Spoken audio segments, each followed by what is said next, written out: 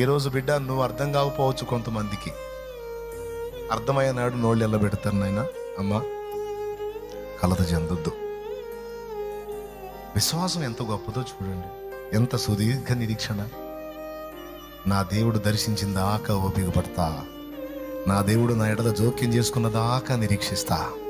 ఎంతకాలం కూర్చోబెడతాడో కూర్చుంటా, ఎంతకాలం నిందల పాలు చేస్తాడో అనుభవిస్తా, ఎంతకాలం శ్రమ కొలిమిలో ఉంచుతాడో ఆయన చిత్తం.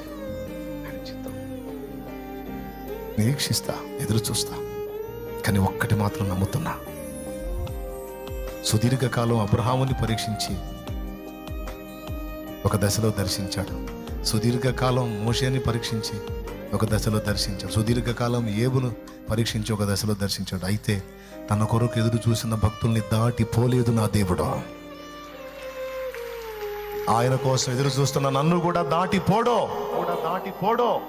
ఆయన నా దాకా వచ్చిన దాకా ఎదురు చూస్తా. ఆయన నా కోసం కదిలిన దాకా ఎదురు చూస్తా. నేను మాత్రం నా ప్రభు మీద విశ్వాసం కోల్పోను. సమస్తము పోయి ఆయన వదిలిపెట్టను. ఇంతమందిని దర్శించిన దేవుడు నన్ను కూడా దర్శిస్తాడు అనే పట్టుబట్టి ఉండు. నా దేవుడు సిగ్గుపరిచే దేవుడు కాదు. తన కోసం ఎదురు చూసేవాడిని దాటిపోయేవాడు కాదు.